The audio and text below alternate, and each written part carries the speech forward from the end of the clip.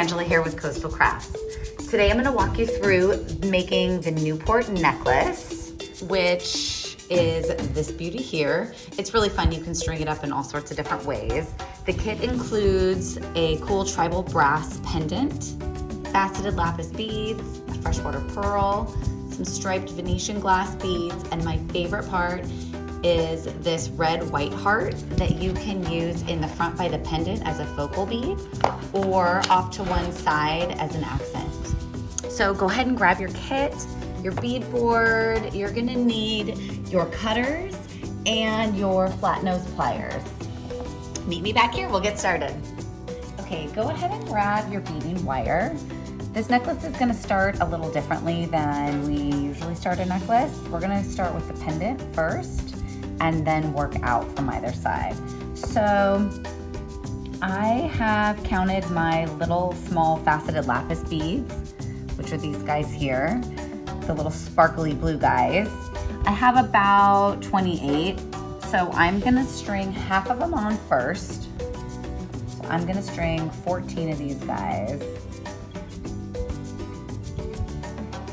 on to my beading wire, one at a time. I know they've got really tiny holes, but the wire does fit once you find that opening. Once you've got half of your lapis beads on, you're gonna go ahead and slide the pendant on.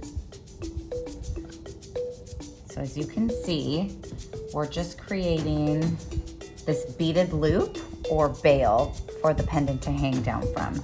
So if you want to, go ahead and put your bead stopper on the half that has your beads on already, and go ahead and string the other half of your lapis beads.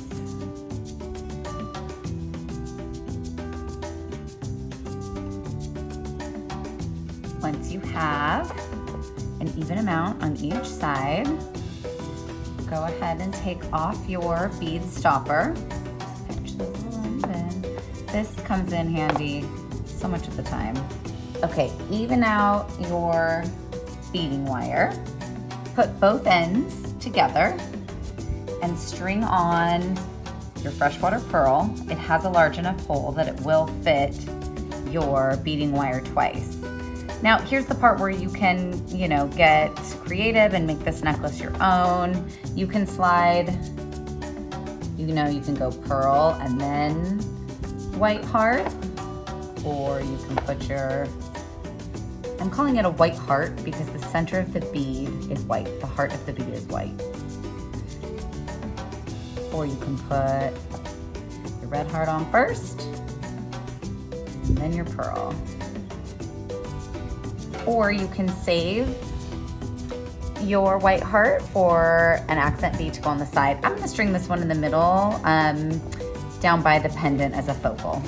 Now you're gonna separate your strands and you're gonna go ahead and string each side of your necklace in whatever pattern you want. You could even do all the striped up one side and the solids up the other. You could do every other one like I've done here. You could do all the stripe in the front and the solid at the back. That part's really up to you. So as you can see, I went totally random with my pattern, which I'm loving.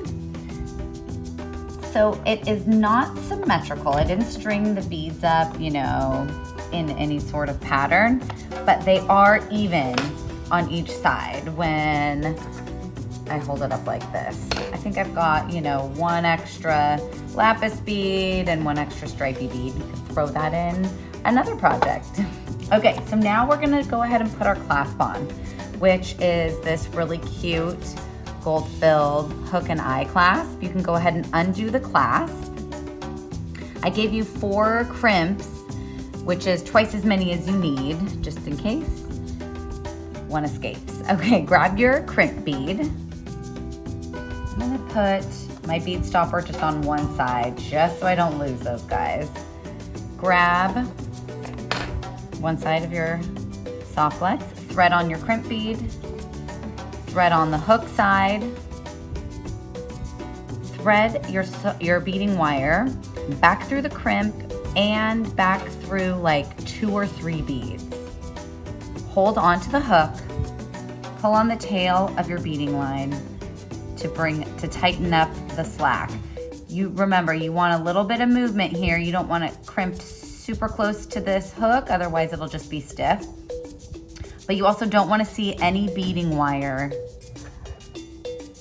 down by your pearl or your red heart, anywhere on this side of the necklace. Make sure to get it nice and tight, but not too tight that it's stiff. So maybe make a little loop with it. Grab your flat nose pliers and smash the crimp flat. Remember, squish it flat and give it a test to make sure it's on there. Grab your snippers, get in there nice and close, trim your extra. Same thing on the other side. It goes crimp bead,